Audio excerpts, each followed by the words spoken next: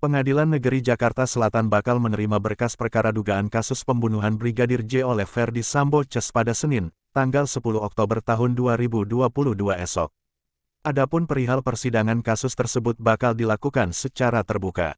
Sidang tentu terbuka untuk umum, ujar Humas PN Jakarta Selatan, Juyamto saat dikonfirmasi, Minggu, tanggal 9 Oktober tahun 2022. Menurutnya, sidang dugaan kasus pembunuhan Brigadir J itu dilakukan secara terbuka lantaran pasal yang disangkakan dalam perkaranya bukanlah tentang keasusilaan. Adapun gelaran persidangan terbuka atau tertutup itu bergantung pada pasal yang disangkakan dalam perkara tersebut. Kan sudah sering juga menyidangkan perkara-perkara yang menarik perhatian publik, tuturnya.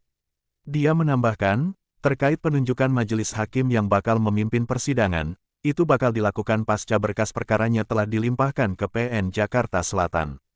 Begitu juga dengan tanggal sidangnya, bakal ditentukan pasca berkas dilimpahkan mengingat penetapan waktu sidang ditentukan oleh hakim yang ditunjuk. Sidang tentu terbuka untuk umum, kata Humas PN Jakarta Selatan Juyamto saat dikonfirmasi, Minggu, tanggal 9 Oktober tahun 2022. Menurutnya, sidang kasus pembunuhan Brigadir J dilakukan secara terbuka lantaran pasal yang disangkakan bukan tentang keasusilaan. Adapun gelaran persidangan terbuka atau tertutup itu bergantung pada pasal yang disangkakan dalam perkara tersebut. Kan sudah sering juga menyidangkan perkara-perkara yang menarik perhatian publik, katanya.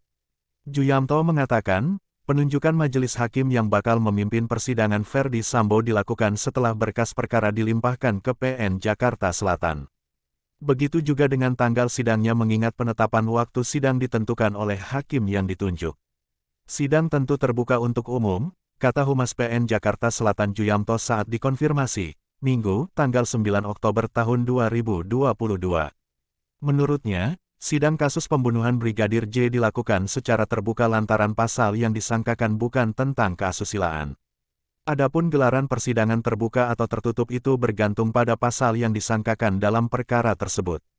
Kan sudah sering juga menyidangkan perkara-perkara yang menarik perhatian publik, katanya. Juyamto mengatakan, penunjukan majelis hakim yang bakal memimpin persidangan Ferdy Sambo dilakukan setelah berkas perkara dilimpahkan ke PN Jakarta Selatan. Begitu juga dengan tanggal sidangnya mengingat penetapan waktu sidang ditentukan oleh hakim yang ditunjuk.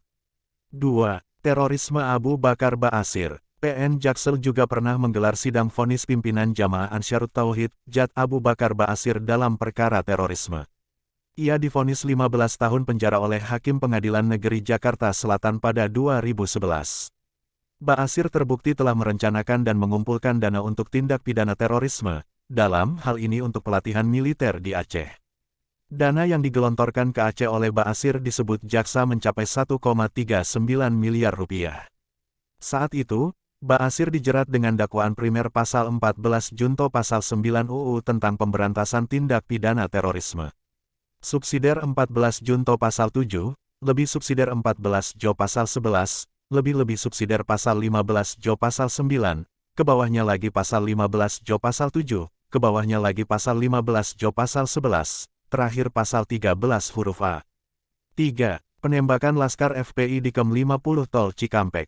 Perkara penembakan Laskar FPI di KEM 50 Tol Cikampek juga pernah digelar di PN Jaksel.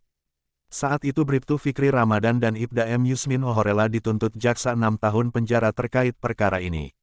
Jaksa meyakini keduanya bersalah melakukan pembunuhan dan penganiayaan yang menyebabkan kematian dalam kasus KEM 50. Namun, keduanya divonis lepas pada tanggal 18 Maret tahun 2022. Bribtu Fikri Ramadan dinyatakan bersalah melakukan pembunuhan dan penganiayaan yang menyebabkan kematian dalam kasus KEM 50. Akan tetapi dalam rangka pembelaan terpaksa. Berita ini semakin histeris. Dari Dinding TV mengabarkan.